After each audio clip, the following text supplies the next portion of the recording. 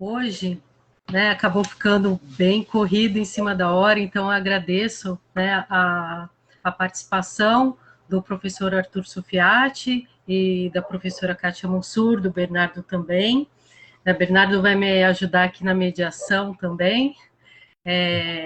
E hoje é o Dia Internacional de Proteção às Manguezais. A gente não poderia deixar passar, né, essa data tão importante. Temos tantos mangues aqui, vocês vão poder falar melhor do que eu. Mas antes, eu gostaria de fazer algumas homenagens ao dia de hoje, até pelo local aqui que nós temos do Mangue de Pedra. A homenagem à Dona Uia, que foi uma liderança quilombola que morreu de Covid, né? Então, o movimento SOS Mangue de Pedra e o SOS Riúna de Búzios homenageiam a Dona Eva, também, a Dona Eva, que é a filha da Dona Uia, então nós homenageamos a Dona Uia, e também o Andrelino, que faz aniversário hoje, e ele foi um sobrevivente, aí resistiu ao Covid também em 2020. Então, acho que a gente pode começar com o professor Arthur Sufiati. Podemos começar? Podemos. Se puder se apresentar e falar um pouco antes do seu currículo enorme, seria bom. Não, mas eu não gosto disso. Então eu vou falar. Não gasta o nosso tempo, não. Isso não vale a pena. Então, vamos ao que vale a pena, então, professor. Sim. Está com você a palavra. Tá, já estamos no ar, né? Já estamos. Então, bom, meu nome é Arthur Sufiati, é um nome maior do que esse, mas eu abrevio para Arthur Sufiati só, porque é mais fácil.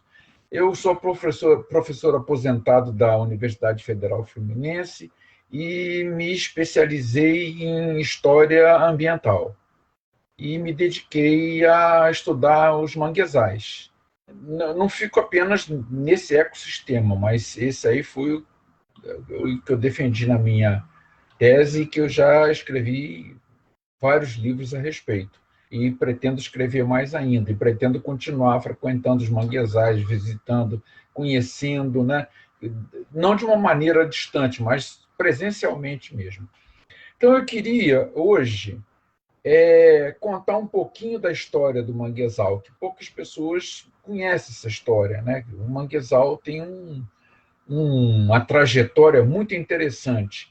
A gente sabe que as plantas surgiram na água e depois migraram para a terra. Subiram para a terra e se adaptaram ao ambiente terrestre. Eram plantas muito simples que foram se tornando complexas, né? Como a gente chama de planta completa, aquela planta que tem raiz, caule, folha, flor, fruto e semente.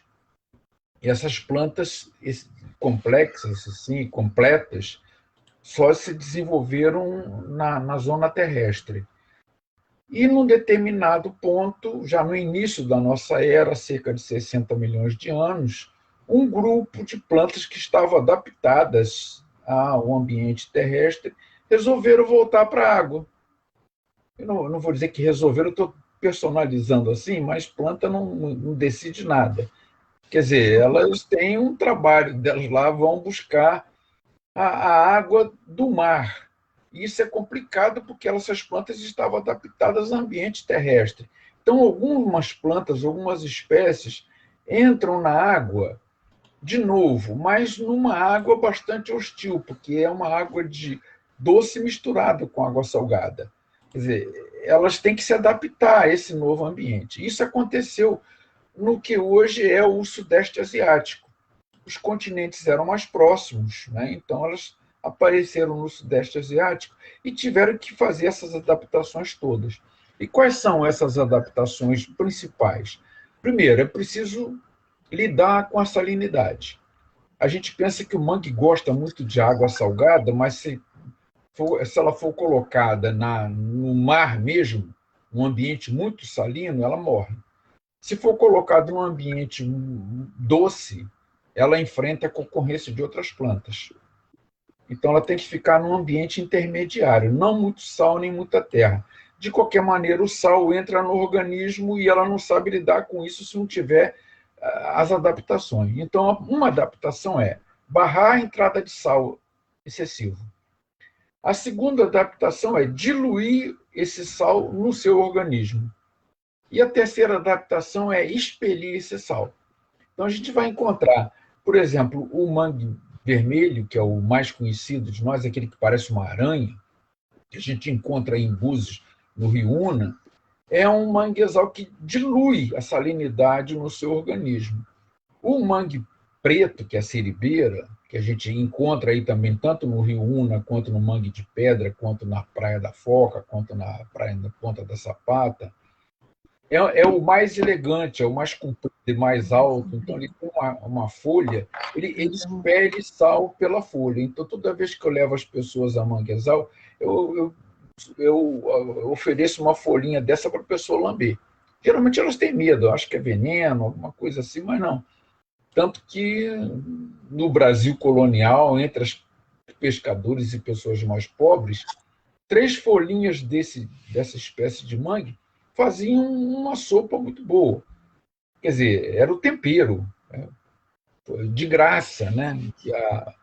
A expulsão do sal pelas folhas. O mangue, que acontece em Búzios, só expele pela parte de cima da folha. O mangue que siribeira que ocorre aqui onde eu moro, expele sal pelas 2 faces da folha. Então, essa é a primeira questão. Nascer no Sudeste Asiático e como ela aparece no mundo todo.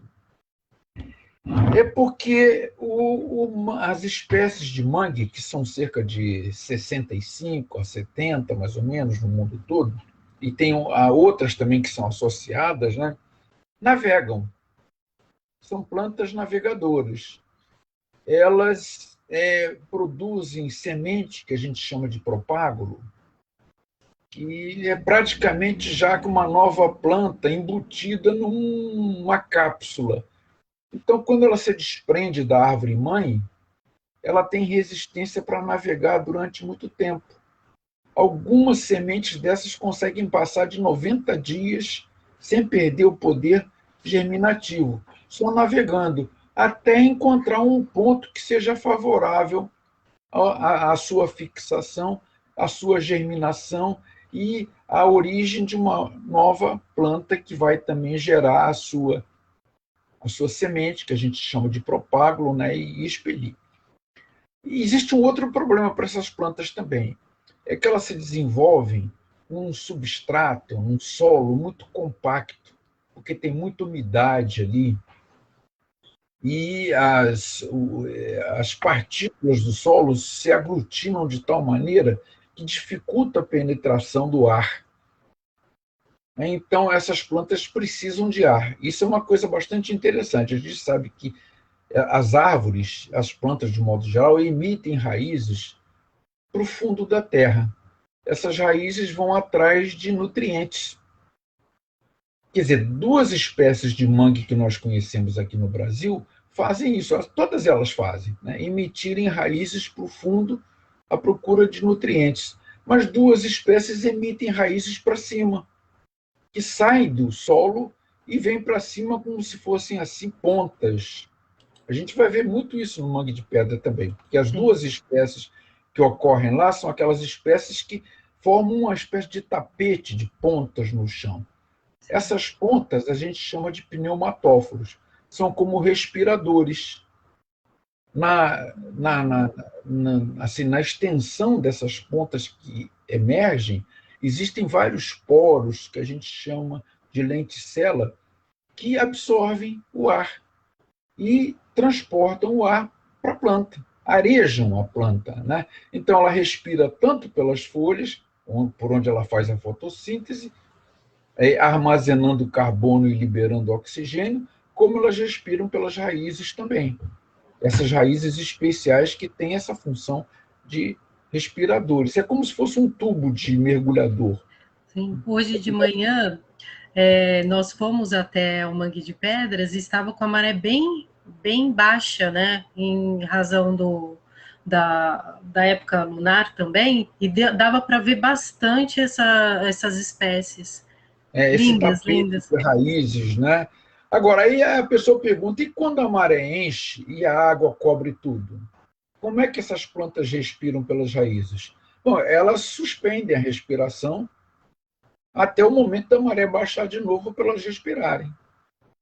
Então, é esse o mecanismo que elas desenvolveram para lidar num ambiente salino e num ambiente muito pouco arejado, né? Conta com muito pouco ar no solo, o ar não penetra tanto. Então, elas conseguiram essa adaptação. Agora, essas plantas navegaram bastante, saíram do Sudeste Asiático em direção a leste e em direção a oeste. Em direção a oeste, elas entraram no Mar Vermelho, entraram no Mar Mediterrâneo, porque havia uma separação, havia uma espécie de canal de Suez natural ali, que não barrava a passagem.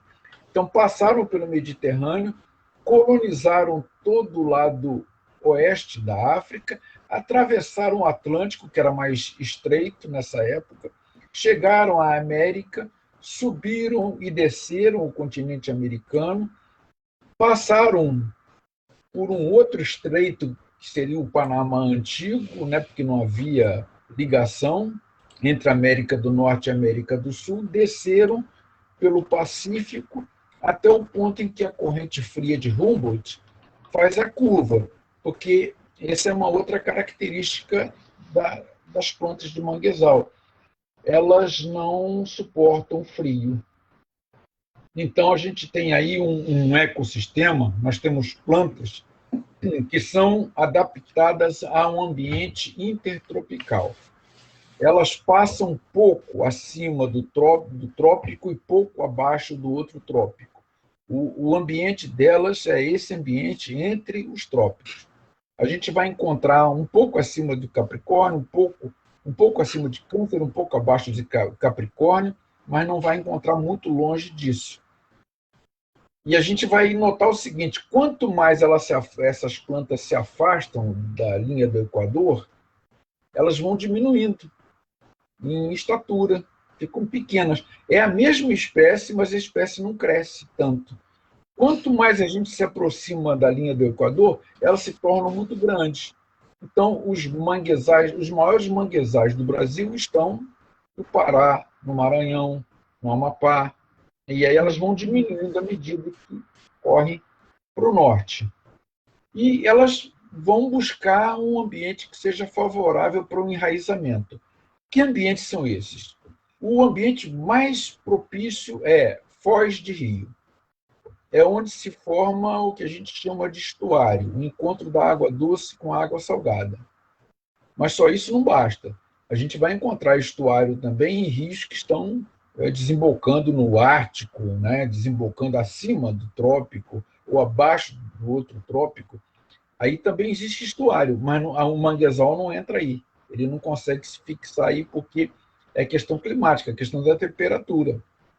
Então, a gente só encontra manguezal onde existe esse ambiente quente e o primeiro ponto são esses estuários, que a gente chama de mangue ribeirinho.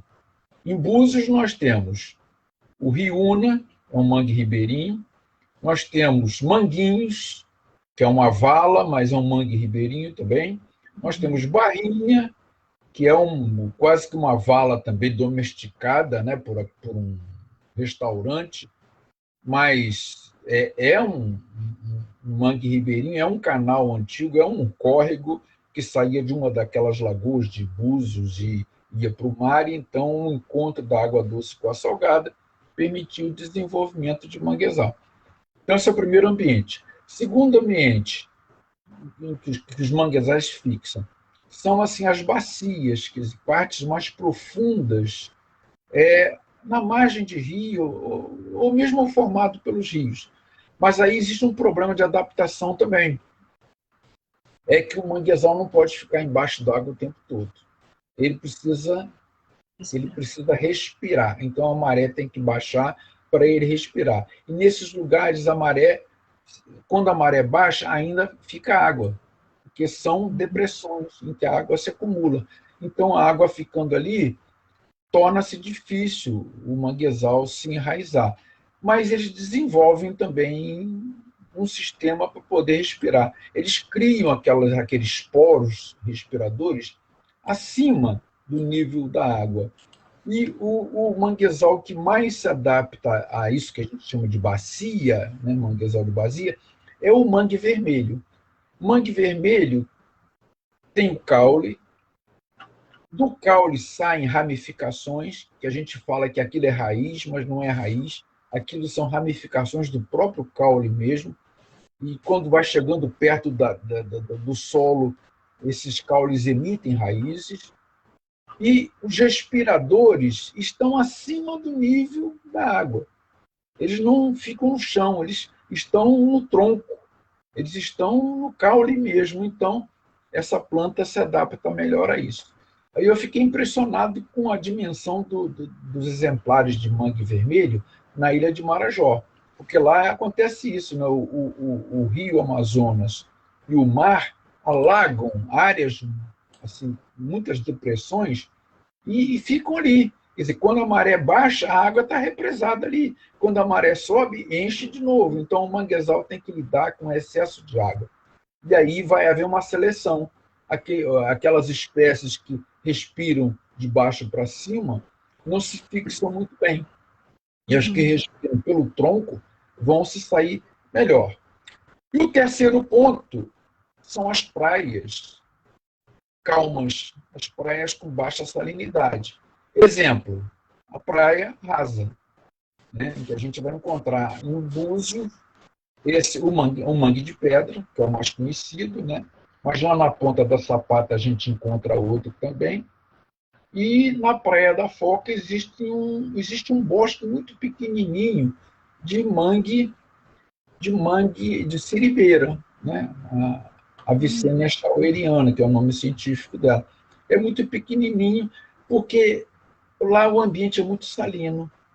Do lado de lá de Búzios, quer dizer, no mar aberto, a violência do mar, né, as marés, tudo isso dificulta o enraizamento de mangue. Que o mangue, quando sai se desprende da mãe, ele sai boiando. Ele pode cair para o lado de lá. Se ele encontrar um lugar para se fixar, tudo bem. Se não encontrar, ele morre. Mas o manguezal é pródigo bastante para produzir muitas sementes para isso. Então, do lado de lá, a gente só tem essa espécie que é mais tolerante à salinidade, que é o mangue siribeira.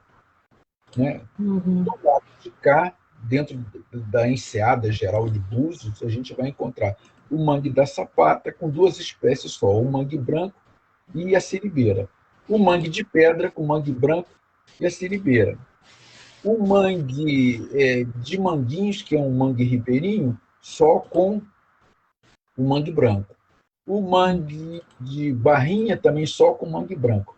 O mangue do Rio Una com as 3 espécies de mangue que ocorrem na região sudeste. No norte do Brasil ocorrem até 6 espécies. A gente é pobre em termos de biodiversidade de espécies, mas nós temos manguezais bastante expressivos. Né? E na medida em que a gente vai caminhando para a Ásia, a biodiversidade vegetal aumenta mais. Funções desses manguezais, funções cumpridas por eles, embora os manguezais não saibam que estejam fazendo isso. A função primeira, fixação da linha de costa. Eles protegem a linha de costa contra a erosão. Então, eles aparam as ressacas, né, as marés mais fortes, eles sustentam, fixam a praia, né, fixam a linha de costa. Primeira função. Segunda função, abrigar os filhotes de animais aquáticos. Até tubarão filhote entra em manguezal para se alimentar, para se proteger, né, e outros mais. Há animais que descem um rio, por exemplo, para desovar no manguezal. Deixa os filhotes ali e sobe. Quando os filhotes crescem por um instinto, uma linha instintual mesmo, esses filhotes sobem o rio. Como o caso da lagosta de São Fidélis, que é característica quanto a isso. Terceira função dos manguezais é produzir alimentos. As folhas, quando se desprendem das árvores, elas já estão sendo devoradas por fungos. Quando elas caem na água, esse processo de decomposição das folhas aumenta mais ainda, elas vão sendo particuladas, e aí as marés fazem o transporte.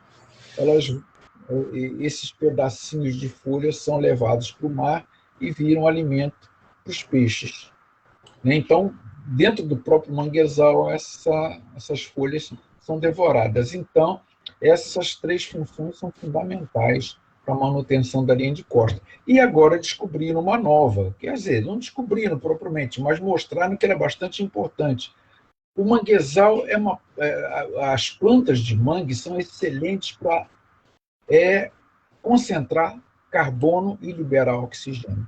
Então, se a gente fala de efeito estufa, essas plantas cumprem um papel bastante significativo em termos de fixação de gás carbônico e liberação de oxigênio. Quer dizer, em outras palavras, significa o seguinte: cortar as plantas de mangue é liberar carbono na atmosfera e aumentar o efeito estufa e o aquecimento global. Então, já que elas têm essa capacidade tão grande de absorção, isso é bastante interessante, né? No momento que a gente está discutindo tanto essa questão, né? Os manguezais têm um papel muito grande a desenvolver. Bom, pela lei, o manguezal é área de preservação permanente em toda extensão. O Código Florestal de 2012 fez umas confusões lá de excluir do manguezal aquilo que a gente chama de apicum, né, para atender mais a quem está querendo produzir camarão em cativeiro dentro do manguezal. Porque o apicum é uma área que não tem as plantas de mangue, porque é muito salina, mas faz parte do mangue. Pode perder essa salinidade e o mangue pode colonizar. Então, o apicum deveria integrar novamente o manguezal, porque são 3 partes no mangue que a gente vê. Primeiro, o bosque. Depois, a área do lavado, que é o canal por onde a água da maré entra ou por onde a água do rio sai. Terceiro, é o apicum, que é a parte mais salgada do manguezal. Então, a gente chega até ao manguezal, ao mangue de pedra, que é um mangue que a gente chama de franja ou de borda, porque não tem um rio significativo atrás, muito embora a professora Kátia demonstre com bastante propriedade que existe um aporte de água doce atrás do mangue de pedra, uma água doce que se acumula naquela falésia, naquela colina que fica atrás dele. Mas não é assim, caracteristicamente, um mangue ribeirinho, por não ter esse rio visível, né, tão eloquente atrás, como é o caso do rio Una, como é o caso do rio Paraíba do Sul, que parece bastante com a foz dos rios amazônicos, porque tem uma planta amazônica que desceu, veio descendo e se fixou ali. Ali é o ponto final dela, né? O ponto de fixação.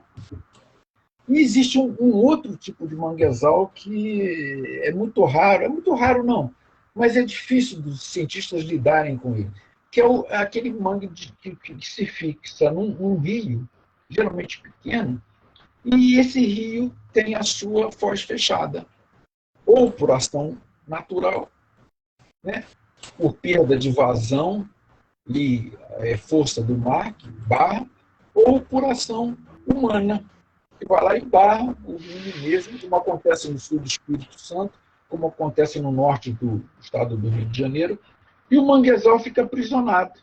A maré não entra, nem a água do mar sai, nem a água do rio sai. Quer dizer, caracterizou de uma certa maneira aquilo que a gente chama de estuário. Mas o mangue resiste ali.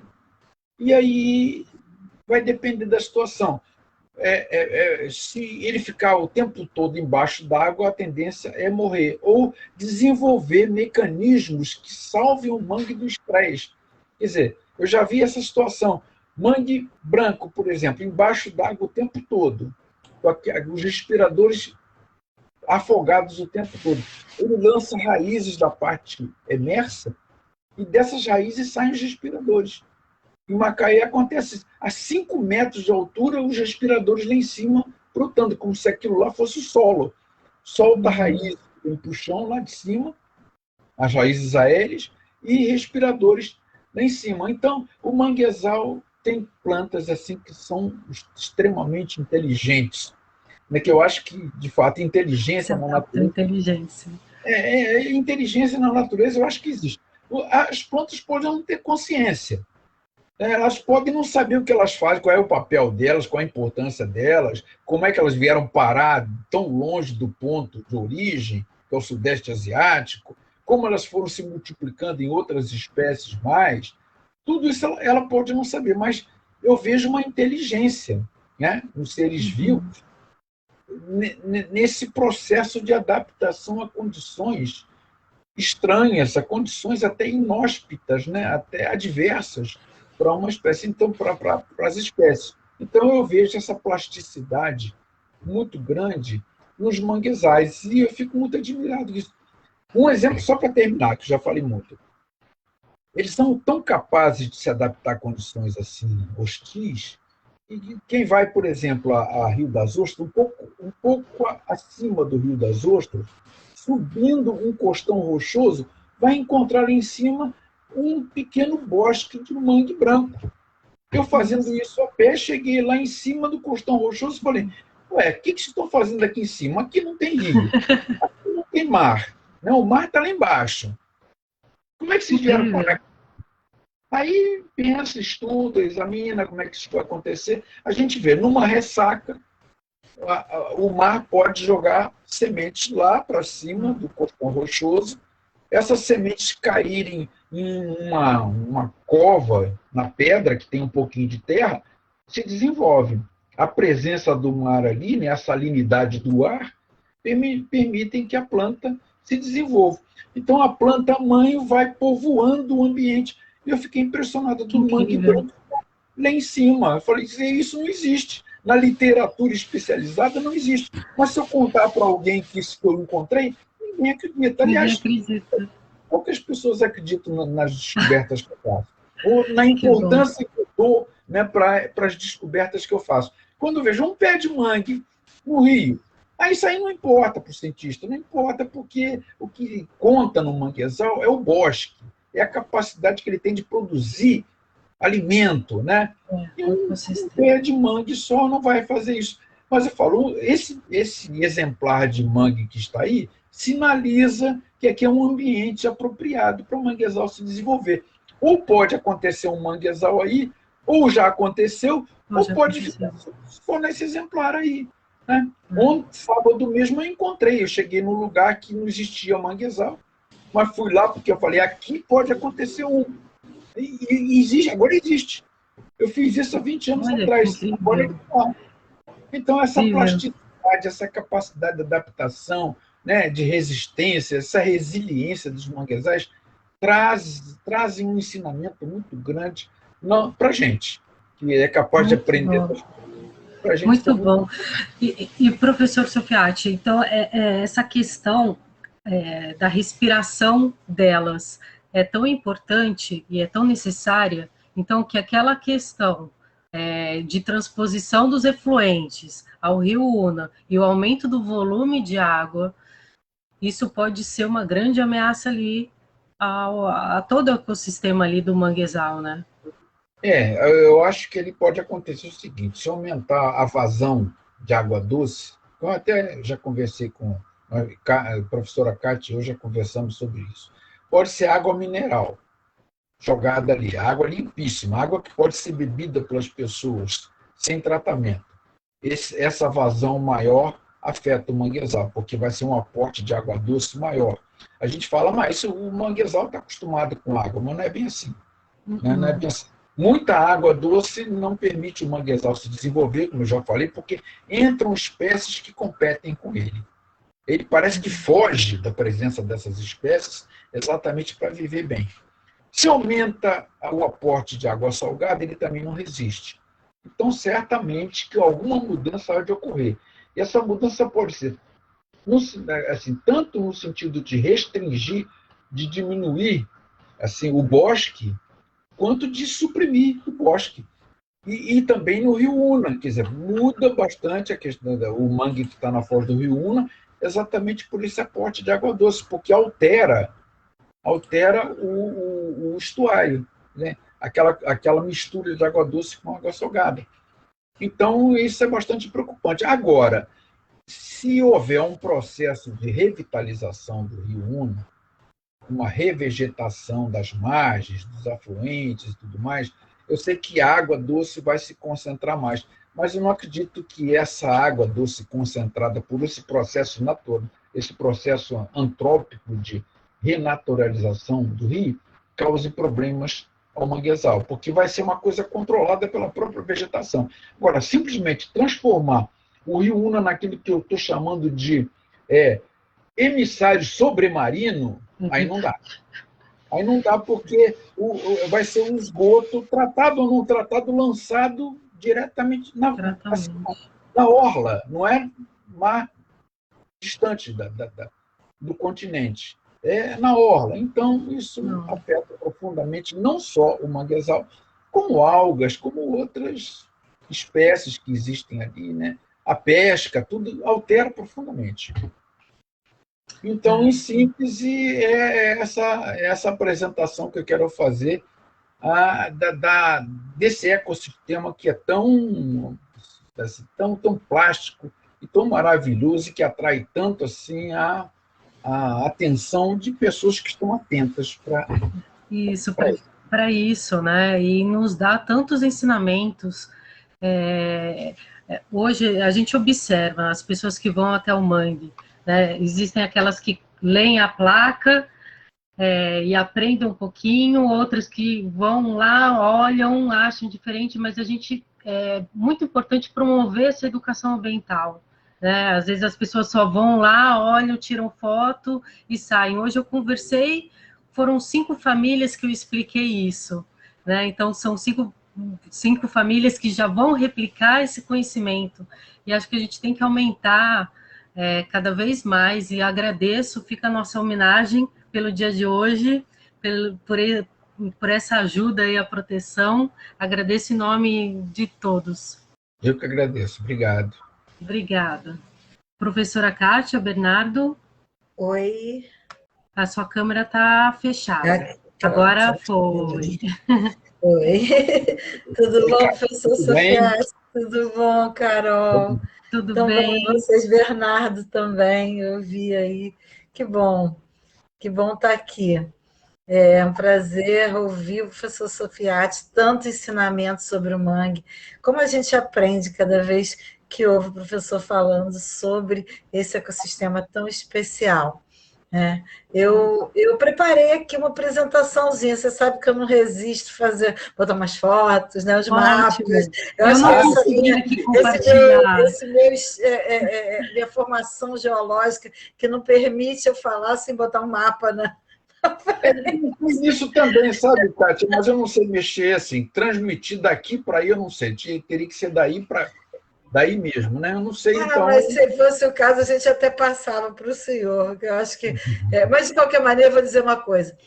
Da maneira como foi passado, eu fiquei vendo os manguezais aqui na minha frente, enquanto você falava, tratava das diferenças, das singularidades. Eu fiquei aqui viajando, eu viajei na minha cabeça, eu vi o mangue de pedra, vi o mangue da Ponta da Sapata, vi o manguezinho lá da Foca, o mangue do Una, o mangue lá do Gargaú, enfim, todos esses mangues tão espetaculares que a gente hoje comemora, né?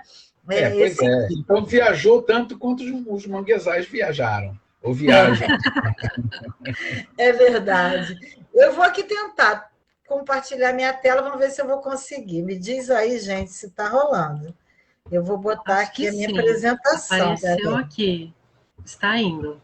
Apareceu. Foi? Assim? Foi. Peraí, deixa eu tirar esse verdinho daqui de cima, que está mal. Aqui. Bom, então eu botei hoje um caranguejinho satisfeito aqui, comemorando o Dia Mundial de Proteção aos Manguezais. É claro que a gente às vezes fala assim, poxa, mas o que a gente vai comemorar? Eu acho que a gente tem que comemorar o fato da gente estar aqui hoje falando sobre isso e que tem gente que está escutando. Então, a gente vai seguir em frente, não vamos desistir jamais. Né? Então, a proteção aos manguezais, como bem falou o professor Sofiati, é essencial para que esse ecossistema tão próprio, tão espetacular, não se perca e a gente não perca os ecossistemas onde ele hoje está instalado. Né? Falando de mapas, né? Eu aproveitei e coloquei esse daqui, que é um mapinha simples, mas que ele mostra essa discussão que o professor colocou. Vindo da Ásia, eles povoaram o mundo. E aí a gente tem que o litoral brasileiro ele é todo pintadinho de verde.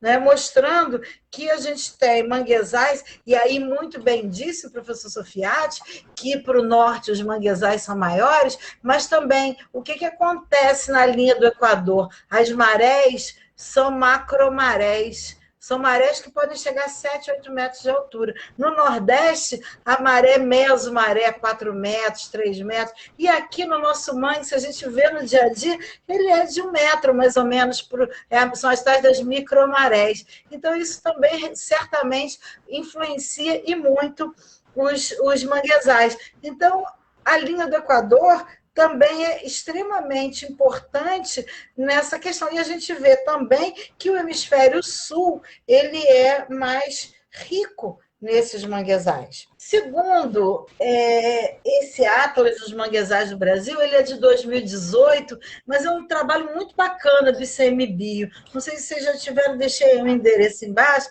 é Atlas dos Manguezais do Brasil.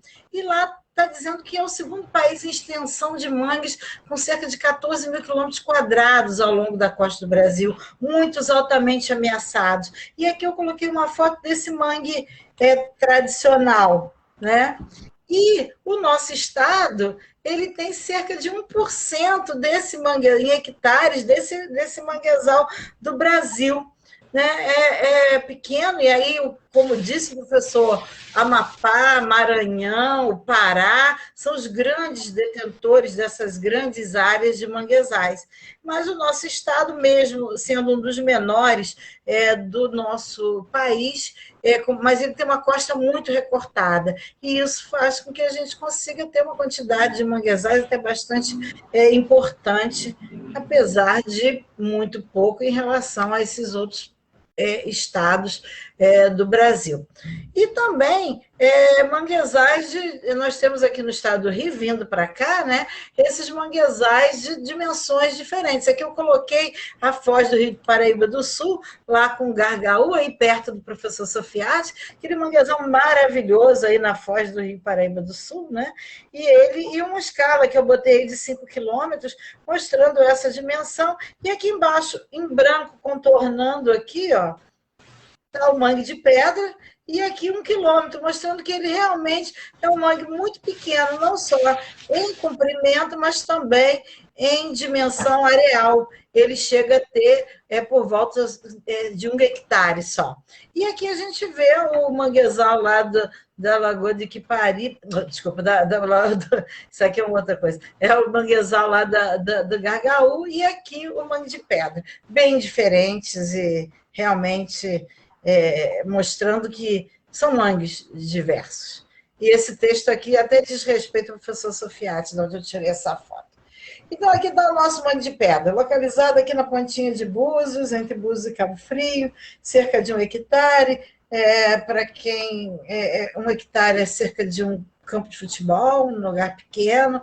Aqui a gente tem uma imagem do mangue na maré baixa, devia estar meio assim hoje, né, Carol? Imagina. Assim, lindo, lindo. Com essa... mostrando as suas pedras, né? E um lugar que tem muita história de gente, história da natureza, história da interação de pessoas com a natureza, com a fauna, a flora, com a geodiversidade, né? Que tem que uma profissão de mulheres, das marisqueiras, que envolve, então, tanta coisa importante, né? E tanta história, e tanta coisa para se falar.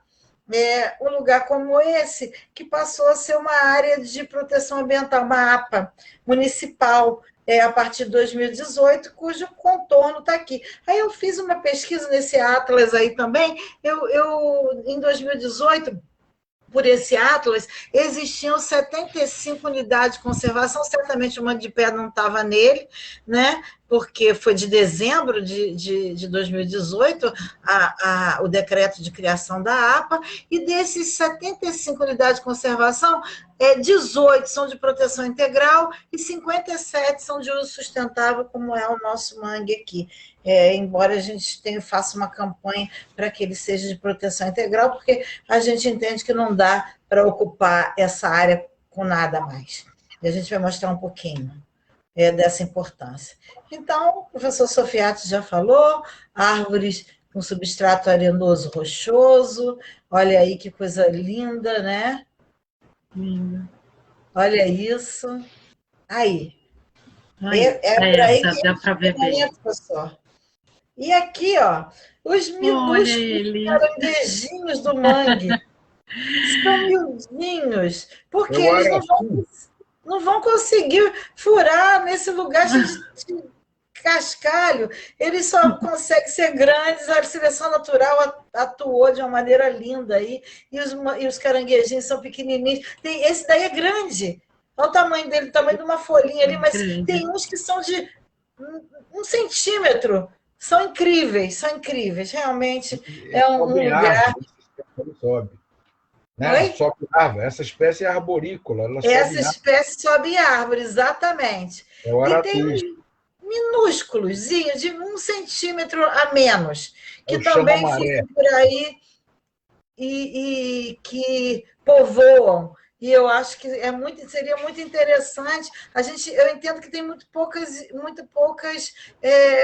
estudos sobre a biodiversidade do mangue, da região ali. Não só estudos das próprias árvores, e também da fauna que habita essa região, né? E eu acho que tem uma coisa que é um grande diferencial desse mangue, que são esses mangue-cactos. Né?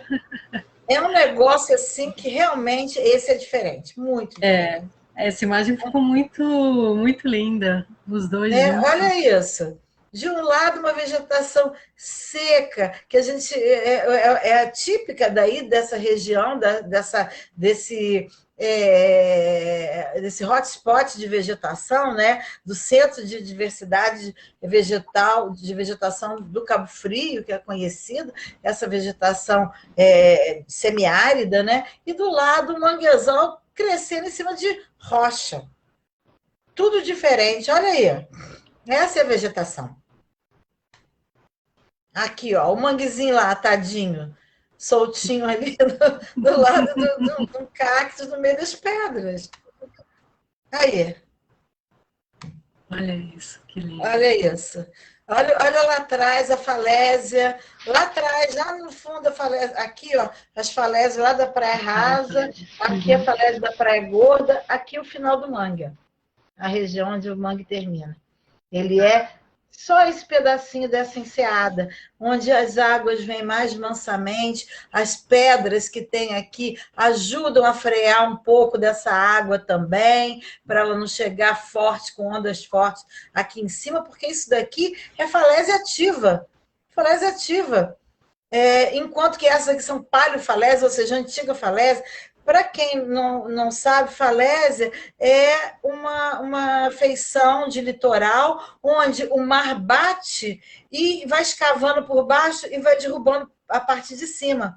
Isso chama falésia. E essas aqui são antigas falésias, quando o nível do mar era mais alto que o nível atual. Certamente, naquele momento, não existia esse manguezal aqui. O mar batia lá embaixo, e isso daqui, ó, era como as falésias que a gente vê lá no Nordeste. Né?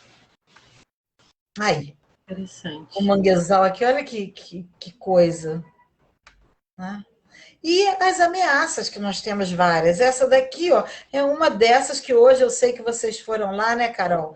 Para coletar lixo também lá no mangue. Depois eu tirei uma foto dos lixos que recolhemos hoje. Tirou? Tirei. Depois eu tento compartilhar aqui. São vidros, garrafas, guaravita, muito saco plástico, mas o pior mesmo, sabe, os copos plásticos, eles se desintegram em mil. Um copo só, ele fica cheio daquelas fatias assim, e fica em tudo quanto é lugar no mangue. É uma tristeza, uma tristeza. É o tal do microplástico, né? Até lancei um desafio hoje, eu quero ouvir do Bernardo, se existe a possibilidade de aumentar ali a limpeza. É claro, talvez não tenha como ser diária, mas pelo menos a cada 3 dias, ou semanal no mínimo, mas não só uma limpeza dos sacos grandes, mas dos microplásticos, que esses que realmente ali poluem muito o mangue, né? Eles ficam muito ali embaixo, grudados. Seria bem legal se pudesse fazer isso. Pode continuar, Kátia, que você estava mostrando aí. Mas é isso mesmo. Mostra bem. Eu acho que é muito importante essa questão do plástico. Inclusive, tem gente estudando já uma rocha que chama antropoquina, que é uma rocha formada por ação dos plásticos colando sedimentos e formando rocha nas praias. No Rio Grande do Sul já se identificou em vários lugares a presença dessas rochas, porque esse professor do Rio Grande do Sul está mapeando lá. Eu acho que conforme eles vierem mapeando, ou outras pessoas mapearem essas regiões daqui do Brasil, do estado do Rio, São Paulo, outras antropoquinas vão ser encontradas, né? Aí a gente tem outras ameaças, essa daqui foi uma que a gente conseguiu barrar num determinado momento, que foi aquele Reserva 95, né? Que era um... Grande Reserva 95 em 2012, né? Essa piscina que eles chegaram a cimentar aqui, ela foi cimentada sobre uma nascente. Eu tenho amostra, eu tenho análise de água dessa nascente. Nossa. Tá? E aqui é a região. Aqui está a Falha do Pai Vitório, aqui está o Mangue de Pedra. Essa aqui é uma fotografia aérea de 1976, quando essa região toda que a gente está vendo aqui, ó, tinha menos de 1% de ocupação. 1976. Tá? Tinha vegetação, né? Tinha vegetação. Oi? A vegetação era bem mais pujante nessa época aí, né? Vegetação nessa... Na região como um todo. E aqui é uma imagem que o Paulo, um aluno meu que vem trabalhando nessa área, ele preparou essa imagem a partir de 76, aí foi a 2004, quer dizer, entre 76 e 2004, de 1% foi a 41%, aumentou 40% a ocupação. E aí, de 2004 até 2018, é uma média de 1% ao ano o aumento da ocupação no entorno do Mangue de Pedra, nessa área pintada aí. Então, a gente vê uma ameaça bastante importante da ocupação.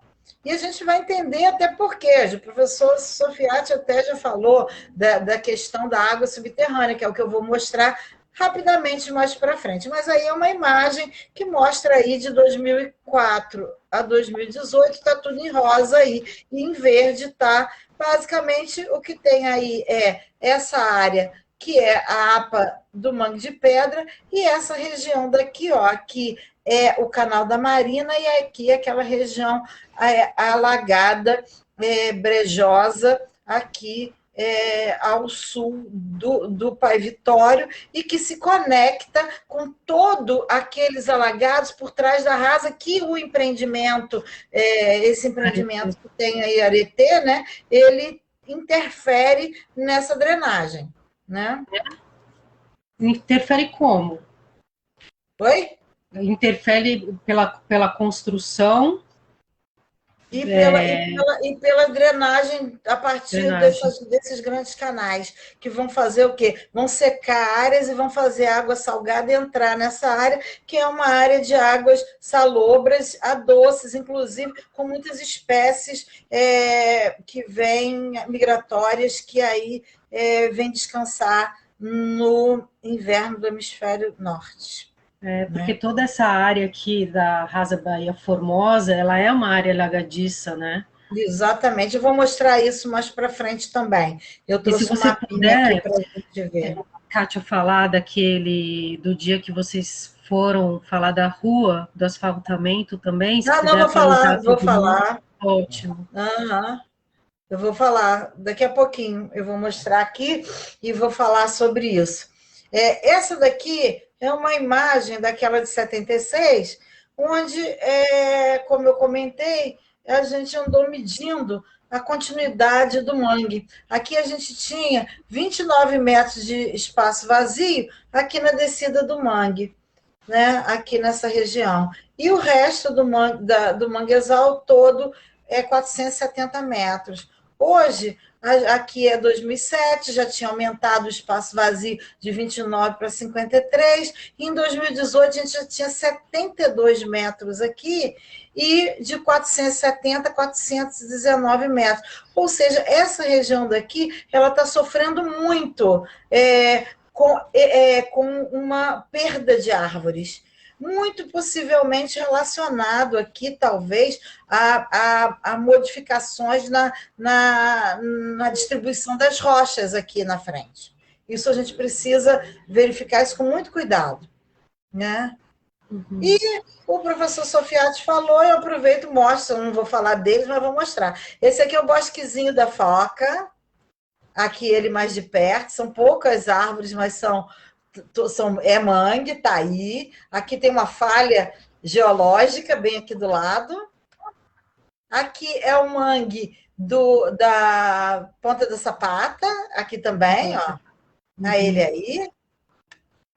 Aqui é a nossa árvore que lá da Praia Rasa, da colônia de pesca, né? Aqui, essa aqui, essa aqui já caiu, mas olha aqui, a filhotinha Helena aqui com a mascotinha nascendo, crescendo aqui, resistência, né? Resistência. E aqui, como eu mostrei da outra vez, um mangue no Maranhão, que tem também rochas, tá vendo? Aqui na base. Esse daqui é de Galápagos. Sim. Tá? E aqui umas imagens do mangue do Una, tá? Que eu fiz em 2012, 2014, né? E aí, eu vou passar rapidamente aqui, que essa história eu já contei um monte de vezes, mas eu acho que é só para a gente lembrar. A gente está falando do Pai Vitório, que é a falha onde começa o mangue de pedra, uma falha onde toda uma região afunda e nela sedimentos, cascalhos e areias se depositam em camadas aqui, cada vez que essa falha se movimenta. Lembrando que falhas, elas geram terremotos, então a gente tem aqui estruturas que mostram que essa falha já se movimentou, pelo menos teve 4 reativações, o estudo do professor Júlio Almeida, da UERJ, e colaboradores. Aqui são esses cascalhos, né? Olha eles aí, em vários lugares. Aqui é lá no alto da Rasa.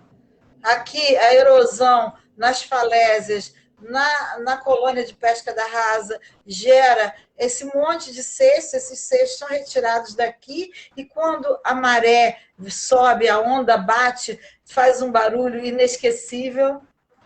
Aqui é o nosso aquífero aqui uma falésia. Olha o que acontece. O mar bate aqui e derruba, e cai. Isso aqui é a evolução de uma falésia. Esse é o nosso aquífero. Tá vendo? Arenoso, parece que é argila, não é não. É areia, e até o que a gente está conglomerado, e com uma matriz arenosa e fragmentos aqui, ó.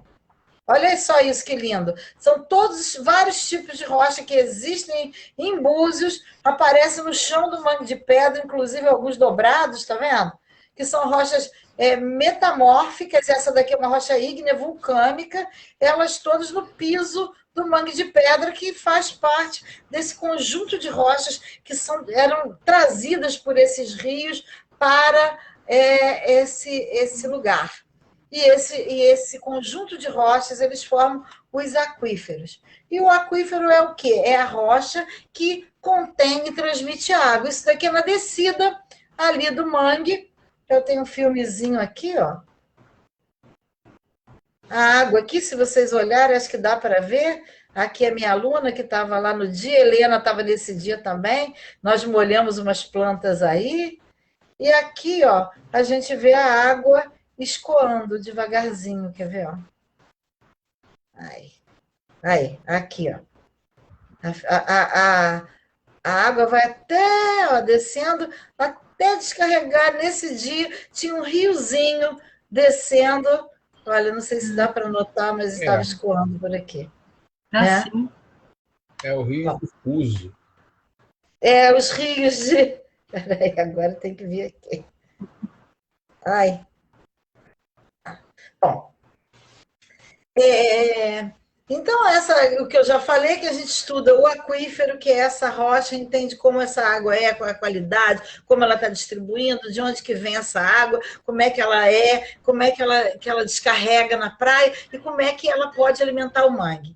E também a gente tem um outro projeto que a gente está estudando, e o mangue faz parte dessa discussão, é um projeto sobre sítios indicadores de variação do nível do mar.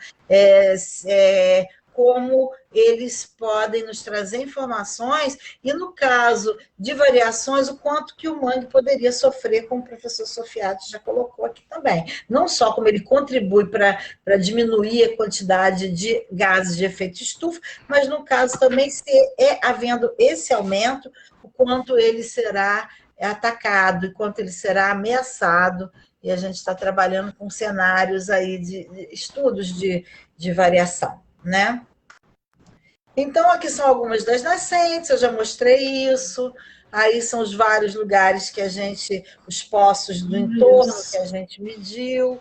Aqui é a direção da água, que a gente calcula a partir do nível da água nos poços e o nível da água em furos que a gente fez aqui mais próximos do mangue.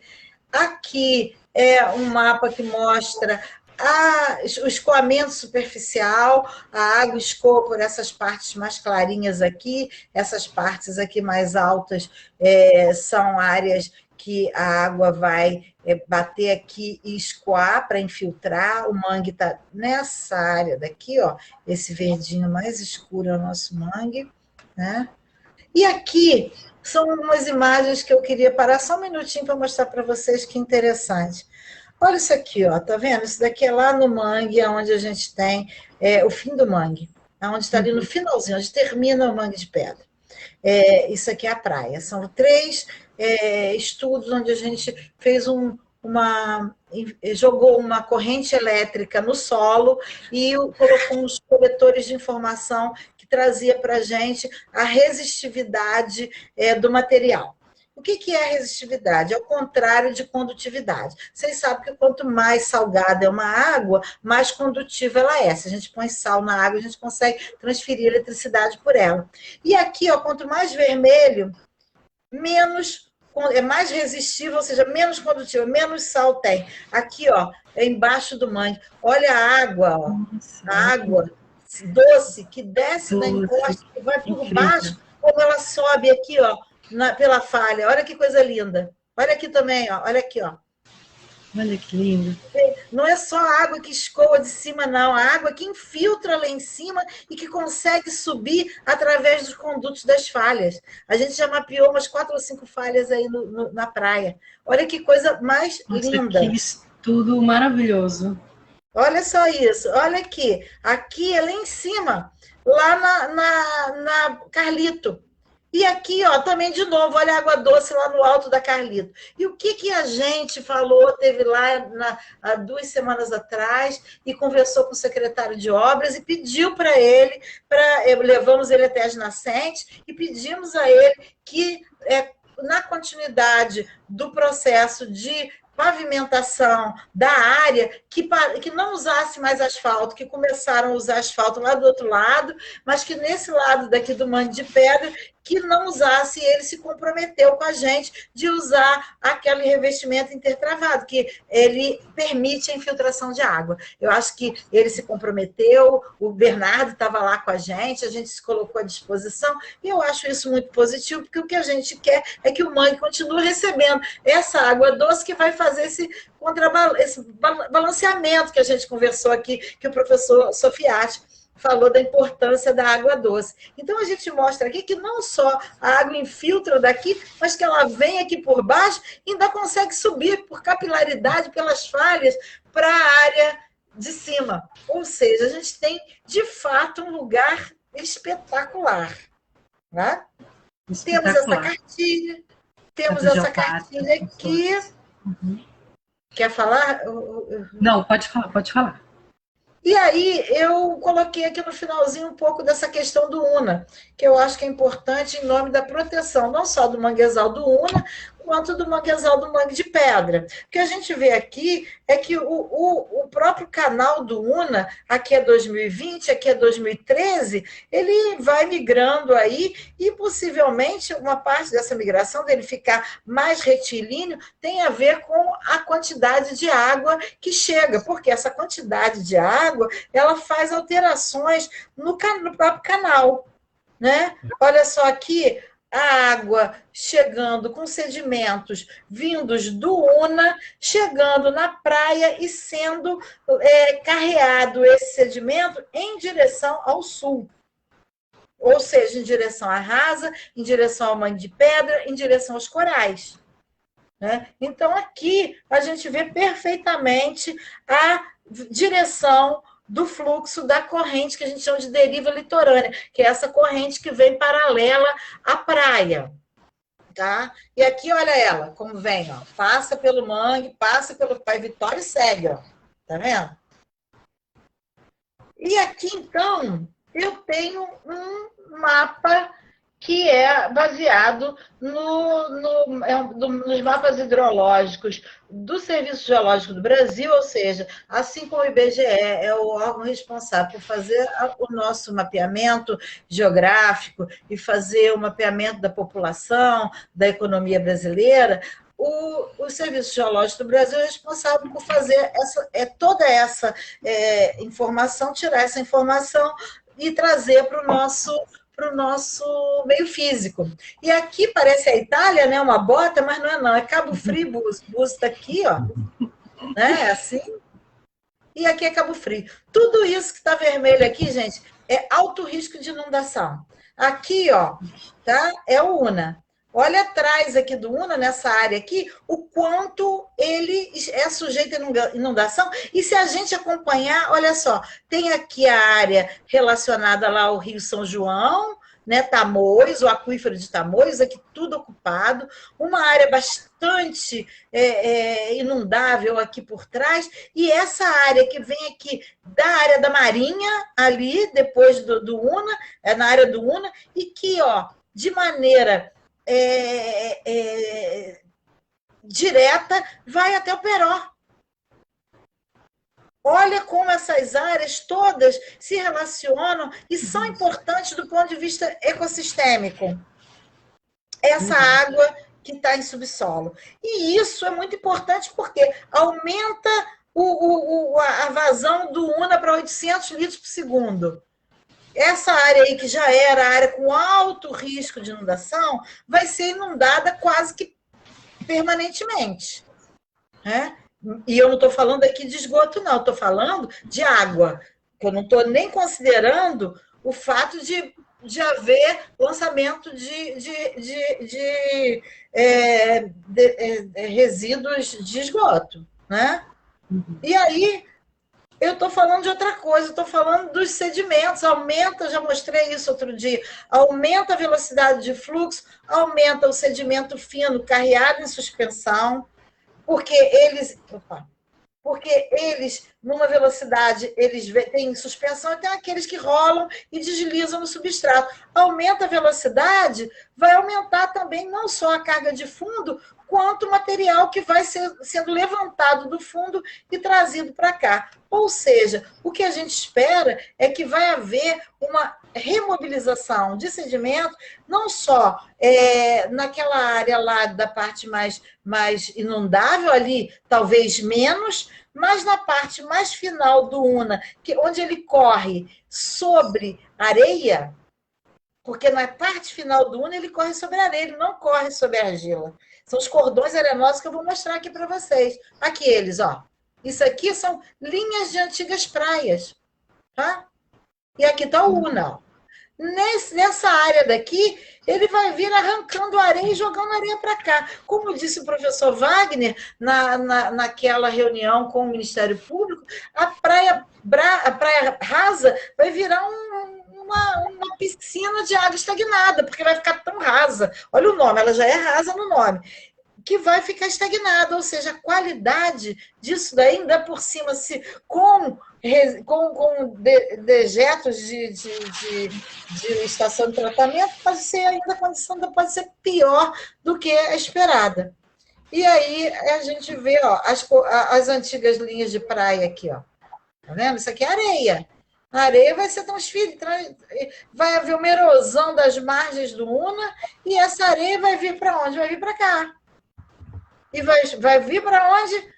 Para cá, pegar mangue de pedra. E aí, as raízes que respiram, professor, eu acho que elas podem sofrer aí muito.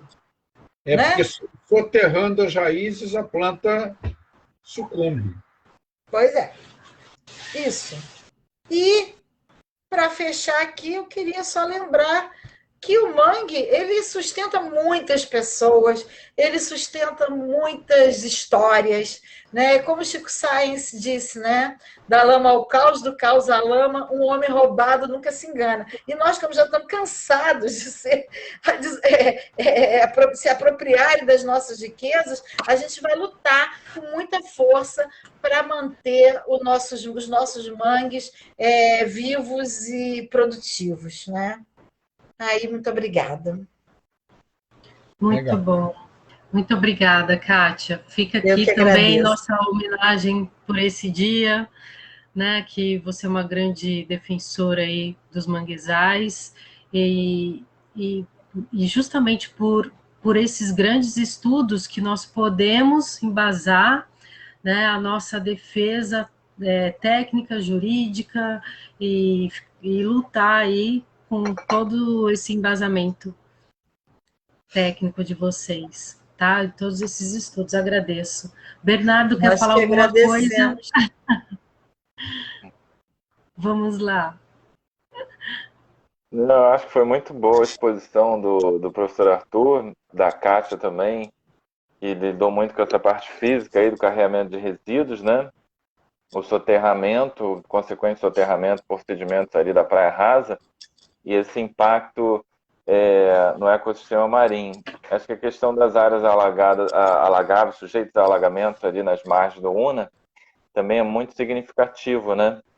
E teve uma live acho que foi do MPF, que alguém lá ligado ao consórcio, não estou lembrado, falou sobre a possibilidade de alargamento das margens para evitar inundações. Eu acho que a pessoa falar em alargamento da margem, ela realmente não conhece a região do Una, porque, como a professora citou, as bordas são todas de manguezais, então seria literalmente um crime ambiental fazer a remoção dos manguezais para fazer uma situação ali, não sei se talvez barragem de contenção, não sei qual a magnitude da interferência que eles estão chegando a propor, né?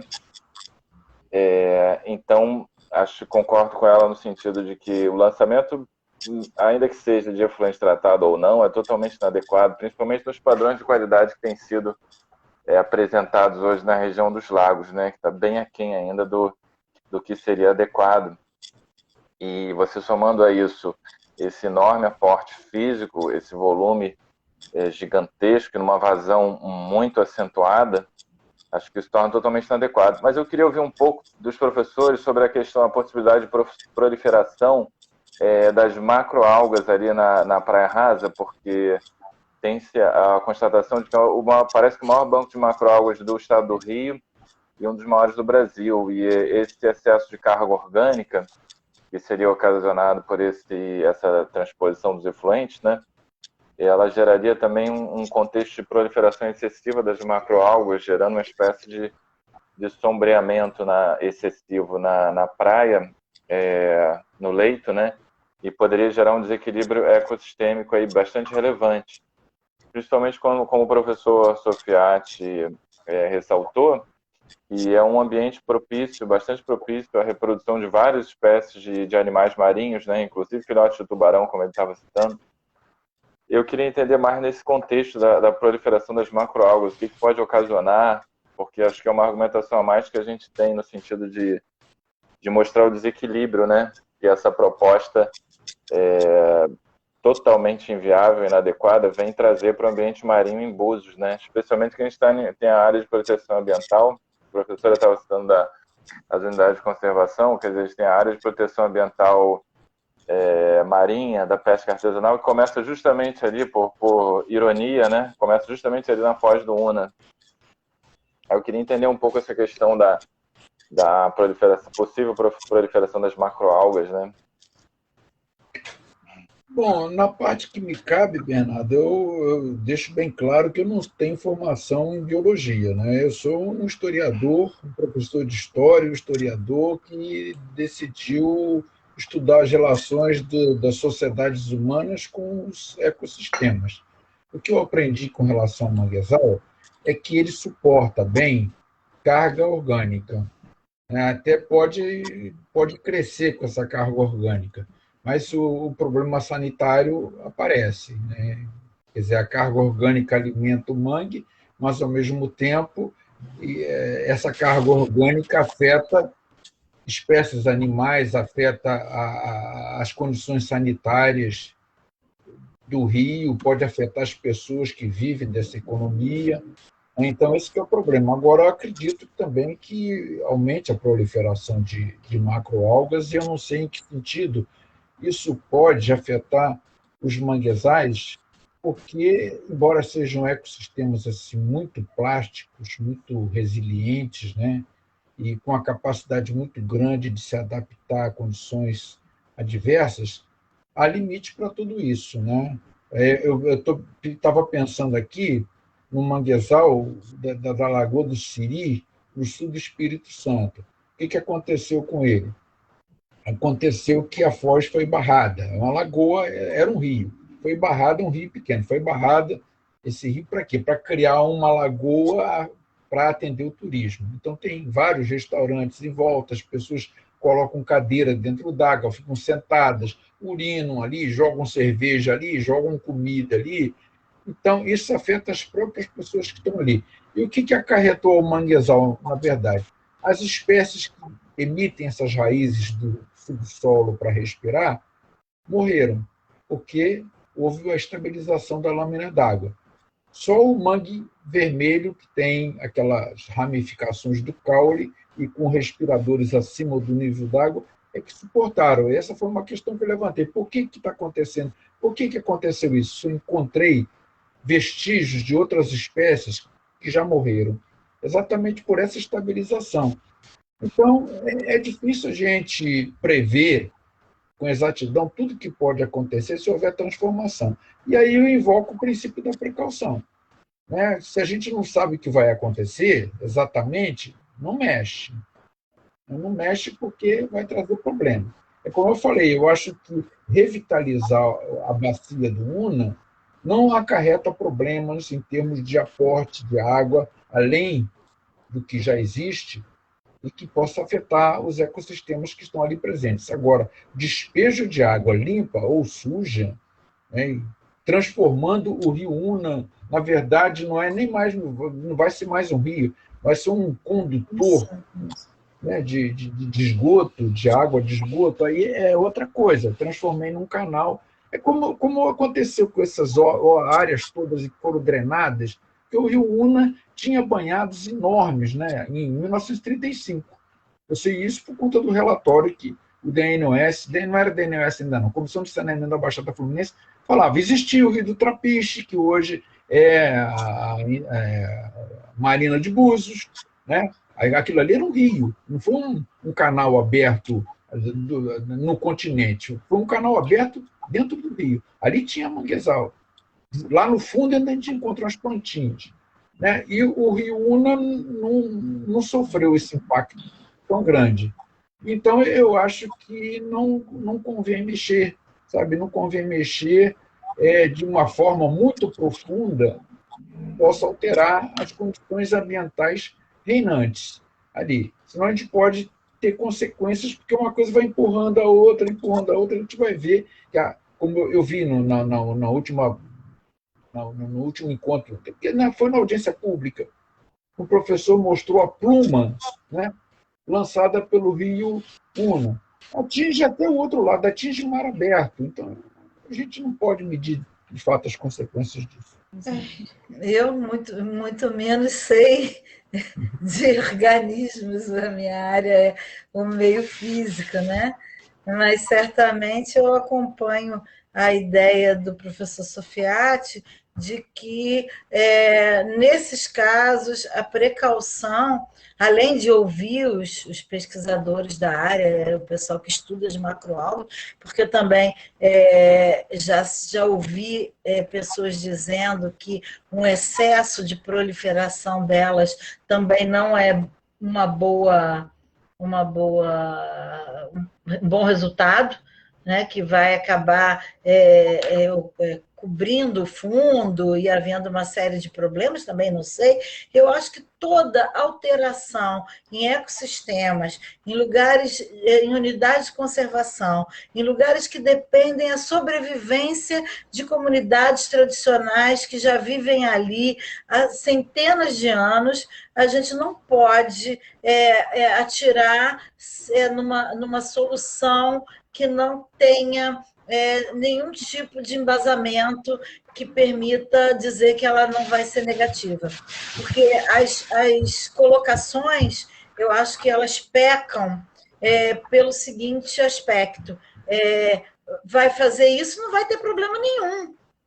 Mas como assim, se ninguém fez nenhum? Eu não vi nenhum estudo que diz que não vai ter problema nenhum. Pelo contrário, todas as pessoas que apontam algum problema, apontam alguma questão, apontam para problemas sérios, que envolvem desde afetar a qualidade de vida das pessoas, a qualidade dos ecossistemas, tanto do manguezal quanto do coral, e ainda, claramente, uma questão muito importante também no caso do município de Búzios, que é a própria economia do município, que depende dessa qualidade ambiental para as suas praias, que alguns anos atrás, poucos anos atrás, eu fiz uma pesquisa e Búzios era o quinto destino de turistas estrangeiros que vinham ao Brasil. Ou seja, o próprio país quer atrair turismo e gente para o desenvolvimento ou para que deixem recursos aqui e, ao mesmo tempo, mata, não estou dizendo que é o mesmo governo, mas também projetos que matam a galinha dos ovos de ouro. Né? Um negócio que não faz muito sentido, porque não existe. O que me incomoda nessa proposta é que ninguém nunca apresentou nenhum estudo que diz o contrário, que não vai acontecer nada. As pessoas dizem que não vai acontecer nada, mas o estudo que a Prolagos contratou diz que não é para fazer porque é negativo, os impactos são negativos. Então, eu não entendo bem aonde que se embasa as pessoas que dizem que não vai ter problema. Acho que esse é uma questão muito séria, porque aí a precaução que tem que guiar o setor público. Né? Se não tem certeza, não faz. Né? E não adianta solucionar um problema da Lagoa de Araruama causando um outro. Né? A gente tem que pensar de forma pela Lagoa de Araruama. Todos torcemos, né? A Lagoa de Araruama precisa ter essa carga, não só de esgoto, mas de água doce tirada de dentro dela, porque ela tem uma carga de água que não é natural dela. E isso também causa não só impactos na qualidade da água, quanto do próprio ecossistema hipersalino, que ele, aos poucos ele vai perdendo essa hipersalinidade por tantas interferências. E a gente eu sou totalmente defensora da Lagoa de Araruama, como sou totalmente defensora do Mangue de Pedra, dos manguezais, de toda a região. Eu acho que a solução não é, como diz a minha mãe, despir um santo para vestir o outro. Né? Ela fala bem isso. É uma frase da minha mãe. Mas é isso, eu acho que nós não estamos falando que a gente não quer que Araruama seja saneado, a gente precisa que seja. Agora, a solução não pode ser essa. E eu acho que a gente está indo a Marte, entendeu? A gente está com um robozinho lá em Marte que está contando para a gente como é que é o manto de Marte. Ou seja, ele está trazendo informações de que tem de rocha fundida no interior do planeta vermelho. E a gente não está sabendo cuidar do nosso esgoto? Não é possível, gente. Não é possível. Eu acho que a gente precisa... No caso de Vênus, a sonda que está lá, se encontrar um átomo de oxigênio, se encontrar uma gotícula de água, aquilo parece que é uma coisa fantástica. E aqui na Terra a gente não está dando importância para a água em abundância que a gente tem ainda. Eu sou de um grupo, eu sou de uma comissão da Sociedade Brasileira de Geologia, que é a nossa comissão de geoética, que é a ética que nós, profissionais, precisamos ter em relação ao planeta, aos ecossistemas, às pessoas, enfim, toda uma questão ética envolvida aí com a Terra. E um dos trabalhos mais clássicos que a gente tem lido ultimamente é Terra primeiro, depois Marte. Justamente por conta dessa falta de respeito que a gente está tendo com o nosso planeta e causando danos aqui e gastando muito dinheiro para buscar soluções fora, porque a gente não acredita mais que a gente é capaz de viver bem aqui. Né? Claro que eu sou favorável a estudar Marte, é óbvio que sou.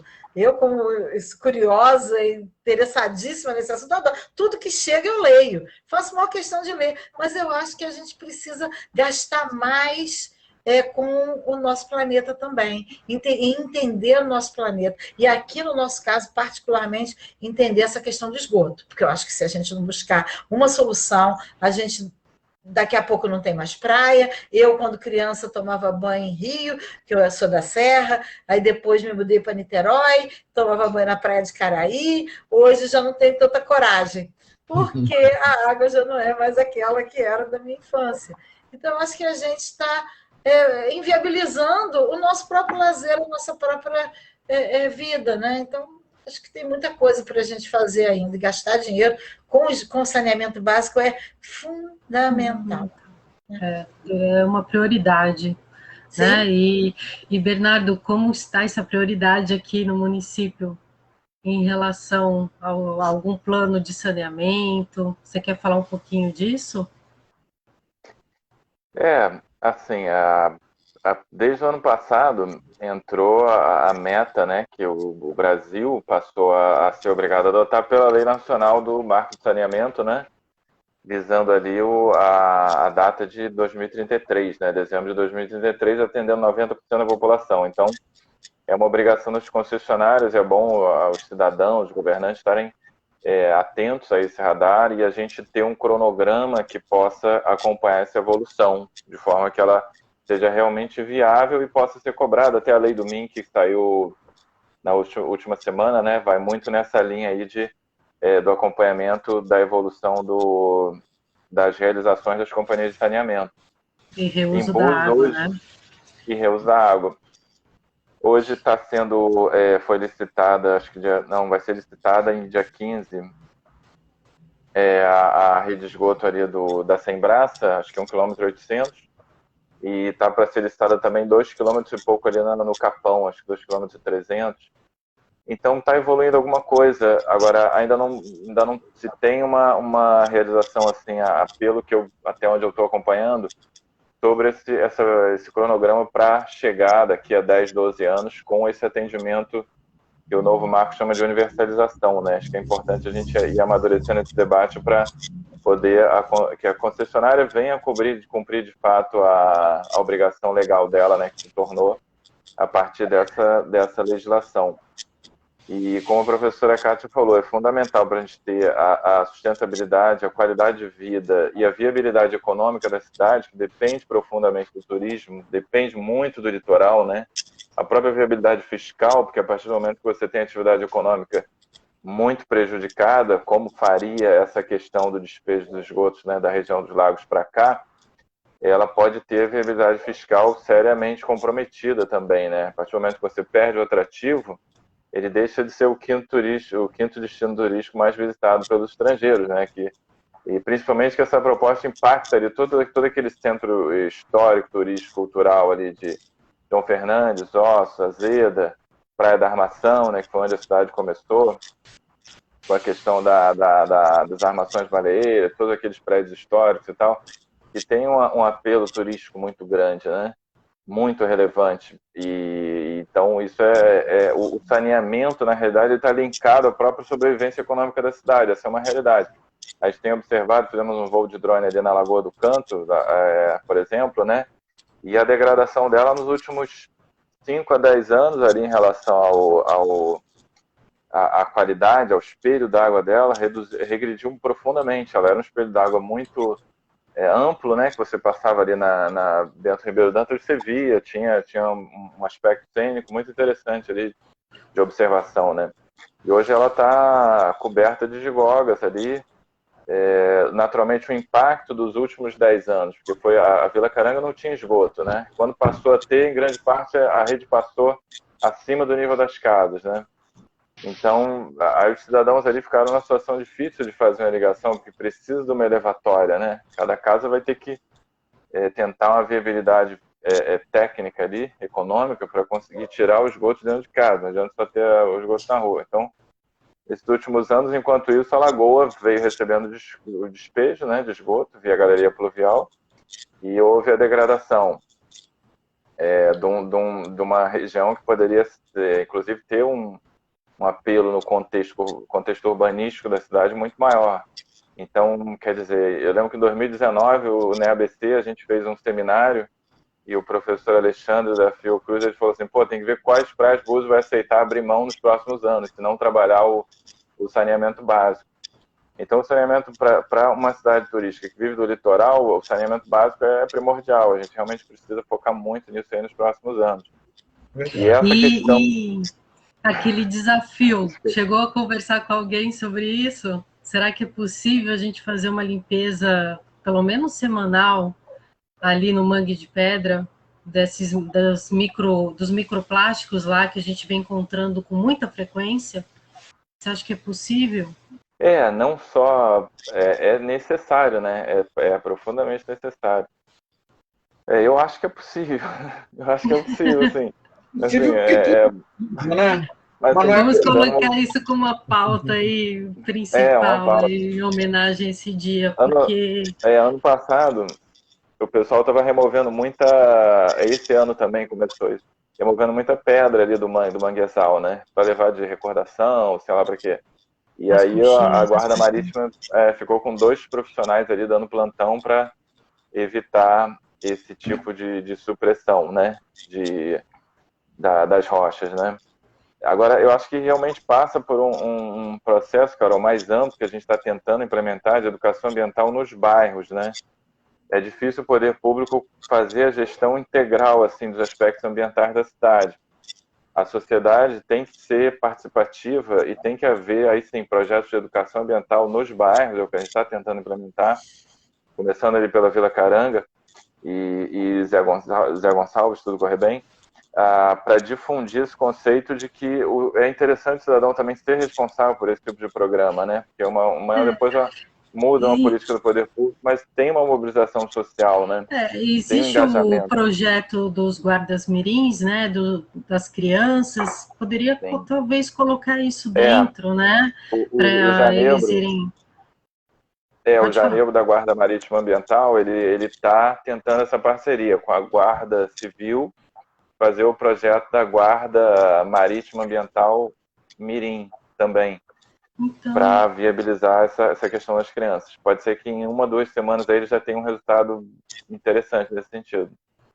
E os guias turísticos aqui já fazem um belo trabalho e de educação ambiental ali naquele local. Tem todo dia quase eles estão ali e fazem essa explicação. Fica também a nossa homenagem aqui nesse dia a todos eles. Eu tenho uma pergunta, professora Kátia, que perguntaram a respeito do plano de manejo lá da APA, do mangue, como está, se existe, se tem alguma perspectiva em relação a isso, se você pode atualizar esse assunto. Não, eu não tenho nenhuma informação, não. Quando foi, assim que houve o decreto, quando foi criada a APA, logo depois houve uma abertura de uma inscrição para quem se candidatava a participar do conselho, e que a legislação que foi criada, que diz que em 5 anos, teria que sair o plano de manejo, e nesses 5 anos nenhuma construção poderia ser aprovada ali naquela região. Eu só consigo chegar até aí. Eu não sei se houve algum avanço, não só na questão da contratação, porque eu me lembro que tinha uma empresa que estava sendo contratada, tinha uma licitação, mas isso já faz bastante tempo. Foi ainda em 2020, salvo engano. Eu acho que sim, foi 2020. Mas eu não vi se chegou a ser contratada e se contratou, se foi iniciado o estudo, eu não sei. Geralmente é isso. Criar é rápido, é fácil, né? Assina-se um decreto e pronto, está criado. Agora, implementar é que é complicado, sempre. Eu tenho lidado com muitas unidades de conservação criadas e abandonadas, e depois começa a mudar, e começa a haver invasão, as pessoas começam a discutir o fim do decreto que criou a unidade, e faz um hotel aqui, faz não sei o que ali, e pronto. É assim que eu tenho essa experiência. Carol, o Conselho de Meio Ambiente, esse ano, se não me engano, 15, 20 de março, aprovou um plano de ação para o Fundo de Meio Ambiente nesse ano de 2021 para 2022, né? Um dos itens, se eu não me engano, o item 9, era o plano de manejo da APA do Mangue de Pedra. Teve uma verba lá aprovada de acho que 350 mil, mais ou menos. Então, no começo de abril, foi aberto o processo administrativo para fazer a licitação para contratar, né, uma instituição de ensino e pesquisa que pudesse fazer o plano de manejo de forma participativa, né, com reuniões com a sociedade civil e tal. Geralmente esse processo administrativo de licitação geralmente leva uns 3 meses para ficar pronto. Então, pode ser que em agosto a gente já consiga fazer a licitação para contratar uma empresa que venha a começar o plano. E aí, fundamental, a importância, o conselho o conselho gestor estar, né, convocado, o pessoal da secretaria está atento a isso, o conselho gestor está convocado para poder trabalhar em parceria com a empresa, né, com bastante representatividade ali na sociedade civil, para fazer as reuniões, fazer as interações, as pesquisas, e no final o conselho vota o plano, né? O resultado do plano é votado para ser legitimado como legislação, ele é votado no conselho para ser ratificado, né? Mas então, já foi feito o termo de referência? Já foi existem feito. Reuniões ali da APA, você sabe onde, quando acontecem? Não tem as reuniões ainda, porque o conselho gestor ainda está em processo de ser chamado. Já tem um processo administrativo, como a Kátia falou, que está sendo retomado para chamar o conselho gestor. Aí sim começar as reuniões junto com a discussão do plano de manejo, para que o plano possa ser amplamente discutido com a sociedade civil e com o poder público. Então ainda não estão sendo realizadas as reuniões. Pelo que eu estou entendendo, eles vão começar junto com um pouco antes da contratação, da licitação para o estudo, para a realização do plano. Se depois você pudesse disponibilizar o termo de referência, seria legal. É aquele termo de 2020, não é o mesmo de 2020? É basicamente de 2020, sim. basicamente de 2020. Ele era interessante, ele atendia, né? Pelo que eu me lembro, ele era bem amplo e tinha toda a questão dos estudos geológicos, hidrogeológicos, que a gente chamou bastante atenção, que não podia pensar num planejamento que não levasse em conta essa singularidade do Mangue de Pedra, e isso estava lá. Eu me lembro que eu li um texto que tratava assim.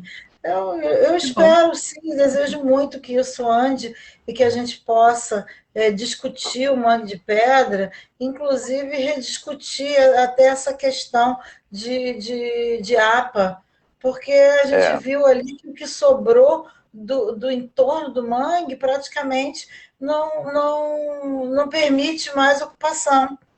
Já foi 40, 50, na verdade, 55% já está ocupado, sendo que nos últimos 14 anos foram 14%, ou seja, 1% ao ano, e nesse ritmo, daqui a pouco, a gente já tem essa área comprometida, inclusive, com construções dentro dessa área, que se não ficar de olho, muito vivo, isso acontece.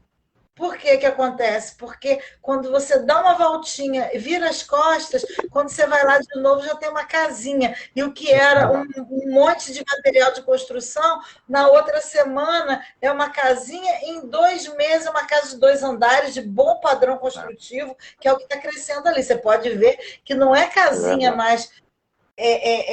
casas simplesinha, está subindo casas boas, inclusive uma delas que subiu por último foi uma que botou fogo no mato quando eu estava lá mapeando, e a gente teve que chamar o bombeiro, porque a gente não conseguia cruzar a rua Carlito de tanto fogo na rua, né? Então isso aconteceu quando a gente estava justamente fazendo esse estudo geofísico que eu mostrei, da condutividade, então foi no dia isso aconteceu, ou seja, se a gente bobear, a gente vai perdendo um pedacinho aqui, uma casinha ali, daqui a pouco, aí é como disse o professor Sofiati, o medo que dá de ser APA é que vão fazer um hotel.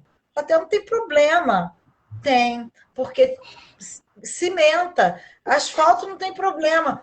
A princípio, se fosse só asfalto na rua, não seria tanto problema, porque é uma coisa estreita e longa. Só que não é isso. O asfalto ele vem junto, sabe com o quê? Com aquele monte de tubulão, porque você precisa botar a manilha por causa do esgotamento, para a água pluvial escoar. E vai escoar para onde? Se ela não vai infiltrar? Ou vai escoar para um lugar diferente, ou o que é muito comum, o pessoal ligar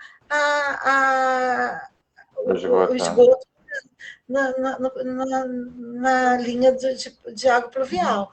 E isso aí é um outro problema que a gente tem. Então, acho que a prefeitura ela tem muitas tarefas. Agora, ela também tem algumas joias, né, que ela precisa resguardar. O Mangue de Pedra é uma dessas joias. Búzios, uma das outras coisas, as joias de Búzios são suas águas. Mesmo não tendo pouco rio, a água do mar é a joia de busca de todo mundo, e a paisagem. Porque eu, por exemplo, não sairia, eu moro em Niterói, eu não sairia de um lugar cheio de prédio para ir à praia em outro lugar cheio de prédio. Eu vou à praia que não tem isso. Eu não vou sair da minha casa para ir numa praia com prédio na frente.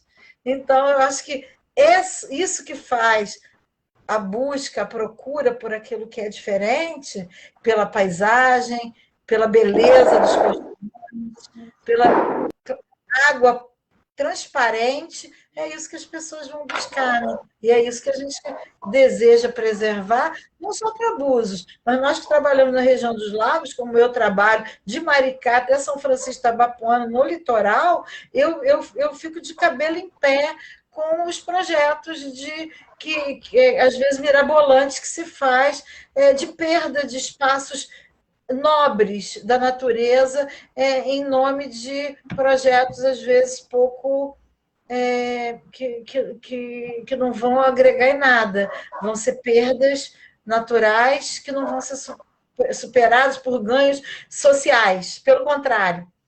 né? Que às vezes o discurso muitas vezes é a troca, se fala em trocar, não, a gente perde isso, mas a compensação vai ganhar tantos empregos, vai ganhar qualidade de vida, a empresa vai fazer o esgoto de tal área, aí quando você vai ver não é nada disso.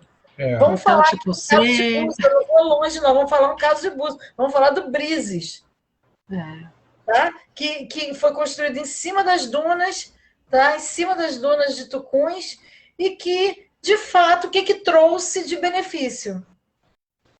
Nada. Na verdade, aquelas construções ali, elas trazem, enfeiaram a paisagem, cobriram as dunas, e a água que escoava dali por baixo das dunas, hoje não está conseguindo passar também, porque ali tem um monte de prédio em cima do lugar onde a água passava.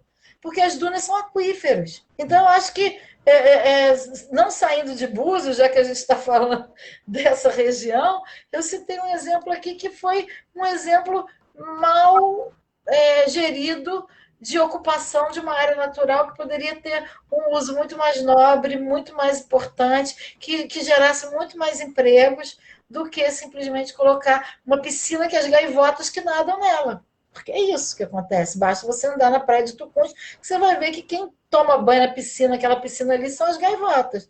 Estão sempre ali dentro da água. E quando a ressaca bate, a água bate lá dentro. Né? Ocupou a área, ressaca. Né? Kátia, uma informação que a gente teve também, que é sobre a questão das unidades de conservação lá em Tucuns, que a gente já estava conversando sobre isso, né? Sim, muito bom. A gente buscou sobre... Muitas pessoas estavam questionando sobre se tem TAC do Brizes, se não tem TAC do Brizes, se o município ia fazer alguma coisa em relação a isso. A informação que a gente teve do MPF foi que existia um TAC quando era a discussão era na esfera estadual, certo? Aí parece que a esfera estadual perdeu a jurisdição para a federal. E na federal, o TAC não foi, vamos dizer assim, transposto para ela, né? Existe simplesmente a ação do hotel recuar, fazer o recuo da área inadequadamente invadida, como você colocou aqui, ambientalmente, né? Que é a área de preservação permanente, ali as dunas, restingas e tal. É a ação que o Ministério Público Federal... Né? O hotel está construído em cima das dunas frontais, que são aquelas que protegem justamente o litoral das ondas. O Ministério Público Federal ele entrou com a ação, né? E um dos pedidos ele pede a demolição e ele pediu o não reconhecimento daquele TAC, né? E o recuo também e novamente a proteção da restinga ali e toda essa parte. A proteção da restinga. Acho que a gente já está 8h40 aqui. Eu não quero alongar aqui com os pesquisadores, professores, né, que se disponibilizaram desde as 7 horas, né? Agradeço muito a participação de vocês e fica a nossa homenagem, tá? Mais uma vez. Carol, queria fazer uma pergunta para a Kátia. Kátia, ali na Lagoa de Jeribá, naquela região ali do Parque das Acácias, tem um bosque ali, né? Aquele entorno ali é considerado um manguezal também? Como é que é aquela relação ali da margem da lagoa em relação a esse bosque? Que tipo de vegetação? Quais são as características ali? Você saberia mais ou menos descrever? Eu não sou boa de vegetação, tenho até medo de falar e não ser, sabe? O que eu posso te dizer dali da Lagoa de Jeribá é que, de fato, as margens da lagoa foram muito ocupadas por casas, e isso aparece toda vez que chove, a lagoa sobe um pouco. Acho que tem casa que tem verdadeiros, como chama? Igual castelo, que tem aquele fosso. Tem casa que tem fosso, para a água ficar presa ali e não voltar por dentro das tubulações das casas. Ou seja, é uma ocupação completamente equivocada também. Agora, a vegetação eu não sei te dizer, tá? Que tipo de vegetação que é. Eu não vou me me arvorar a dizer. O que eu posso dizer é que alguns anos atrás eu analisei a água da lagoa e era uma tragédia. Eu não sei, eu não fiz essa análise de novo, mas era uma tragédia. Não, Hoje, a, espero que tenha melhorado. a Não, camada de lodo eu acho que proveniente de manguezal esgoto ali não pode é ocorrer, muito não. espessa. Eu acho que manguezal ali não pode ocorrer, não, porque não existe esse contato de água do mar com água doce. Mas Eles já soltam houve, também. sabia? Que já houve no Não, passado? mas eu sei que também houve Hoje não muita tem mais. transformação ali, que aí, vedando também esse contato, o mangue desaparece. Né? Exatamente, eu imagino. Vem Havia cá. uma ligação ali onde tem ali o Mercado Princesa, ali naquela região, segundo os Uhum. moradores antigos ali da aldeia, ali tinha uma passagem da lagoa em direção ao mar, naquela região. Tinha até um nome, me falou já um nome, mas eu me esqueci. Uma moradora antiga de Búzios, depois até se você quiser, eu posso falar com ela, ela pode de repente fazer uma coisa que eu acho que é bem legal dessa história oral, porque ela nasceu ali em Jeribá, na aldeia, mora até hoje lá, é uma pessoa que ia para Cabo Frio a pé com a família, ou de cavalo, tem toda uma história que ela conta, que eu acho que seria Legal. muito legal recuperar essa história É, e fazer porque uma Sim, gravação com ela. seria. Ela se lembra quando tiraram o sambaqui que tinha ali naquele encosta de Jeribá. Existia um sambaqui ali na encosta, no final da praia, não na ponta do Marisco, do outro lado. Ela se lembra da retirada para a construção daquelas casas. Então, é uma pessoa que pode trazer muitas informações interessantes para a prefeitura, recuperar um pouco de sua história através dos seus moradores, né? E ela é uma pessoa que tem esse conhecimento. Pode ser a Sim. próxima e live. memória-se perdida, né? Que a pessoa chega um tempo que não vive mais e morre Pois levando é. as informações todas. Ela é uma pessoa maravilhosa, que conhece essa história dali de uma maneira incrível. Eu gosto tanto de conversar com ela. Chama Dona Dica, lá da aldeia, Jerivá. Dona Dica. Dona Dica. Você falou a questão das ocupações irregulares, né? O que a gente tem encontrado lá é a lagoa com uma camada de lodo muito espessa no fundo, o que é característica assim, lagoas que estão sofrendo um despejo de esgoto grande, né? E aquele trecho ali que vai da Rodrigues Garcia, né? Quer dizer, próximo ali da colina de Jeribá, tem uma descarga de esgoto enorme ali vindo do Albatroz, da Vieira Câmara, do chamado Sovaco da Cobra. Então, ali é uma entrada fenomenal, assim, um volume muito grande no chamado tempo seco, né, da Prolagos. E o extravasor dela, que é ali perto do Princesa, na rua Rio de Janeiro, ele lança lá na Rancho Mutano, em Manguinhos. Então, quer dizer, o problema das ligações clandestinas em Jeribá afetando a qualidade de água do outro lado da península. Você vê que barbaridade, né? Enquanto não tem uma ação mais enérgica de multa pesada e ação por dano ambiental, você segue degradando a praia do outro lado em função da irresponsabilidade dos moradores no entorno da lagoa, né? Você vê Olha, como a coisa é cíclica. eu examinei bem aquele canal de Manguinhos ali e eu fiquei impressionado com a estatura do mangue branco. Ele cresceu assim descomunalmente. Não é comum o mangue branco fazer isso, mas aí dá para perceber o que aconteceu ali. Um sombreamento muito grande e as árvores crescem em busca do sol. Né? E aí cresceram muito. Aquele é um manguezal que tem que ser protegido também, mas houve muita alteração ali, muita urbanização, muita ocupação, muito barramento de canal. É terrível aquilo. Não é fácil, tem muito problema. Tem. Mas Tem pode muito contar com a assunto gente que a para gente vai pensar. várias Integrada lives. de proteção aos manguezais na região dos lagos, porque a região dos lagos está se fragmentando de tal maneira que parece que Búzios é inimigo de Cabo Frio, vice-versa. Os municípios perderam a noção dessa espacialidade, dessa unidade da região. Né?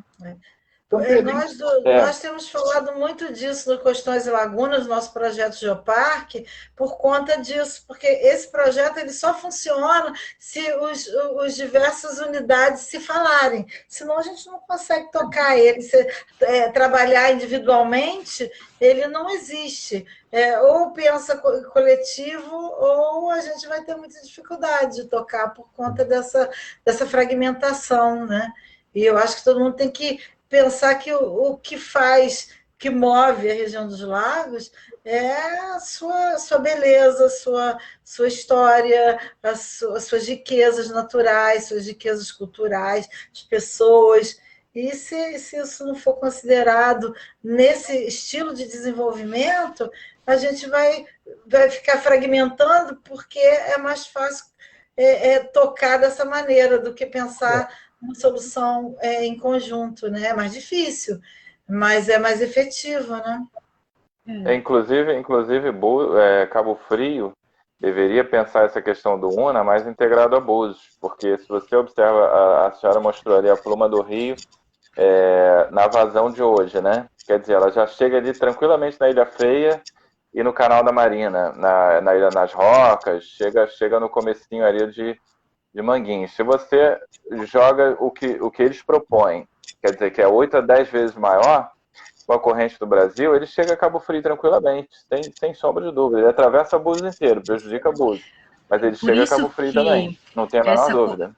Essa política do licenciamento ambiental talvez seja importante ser revista. Bem lembrado. Essa questão do licenciamento ser depois, né, da parceria do convênio do INEA com os municípios, e cada município fazer o seu licenciamento, que nem sempre aquele empreendimento vai apresentar estudos com impacto no outro município, acaba dificultando essa conversa e tem essa fragmentação e essa briga, né, que hoje está acontecendo. Acho que a gente tem que pensar de forma mais conjunta. E se você olha aquele mapa que eu coloquei ali, que foi o mapa que o Cainho colocou também, você vê que Cabo Frio vai sofrer muito com a inundação. Não é só a região de Búzios, vai sofrer nas praias. Cabo Frio vai sofrer internamente também, no seu território continental. Vai ser bastante grave. E isso aí tudo tem que ser pensado, né? Eu acho que tem que ter calma nessa hora. Não pode sair pensando, vou tirar daqui, pá, e, sabe, infelizmente não funciona assim. Mas a gente vai ter que parar para pensar e fazer esse freio de arrumação com todos os municípios pensando nas suas soluções. E pensar junto o que há de melhor, o que há de mais tecnológico, menos agressivo. Está na hora de pensar assim, usar o dinheiro que tem, o que ainda tem de petróleo e tal, para pensar o futuro, porque daqui a pouco, quando diminuir, aí já não vai ter mais essa grana para pensar. E usar bem, eu acho que é hora de usar para bem-estar. E o bem-estar das pessoas passa por saneamento, não tenho dúvida disso. Por água, esgoto, para todo mundo. Verdade. É isso. Então, vamos nos despedir. Eu vou fazer o último agradecimento também às administradoras da página do Mangue de Pedra, a Helena, que apareceu na foto, né, nossa grande guerreira, a Ana Mede também, a Mônica Casarim e a Maria do Horto. Tá? E mais uma vez o agradecimento aqui a vocês, e fica a nossa homenagem. Obrigado. Viva os manguezais! Viva os manguezais! Temos uma relação boa, pacífica, né, com o manguezal. Então, uma homenagem para todos nós. Sim. Para todos nós. Obrigada. Boa noite. Boa noite. Obrigado, professora. Boa noite.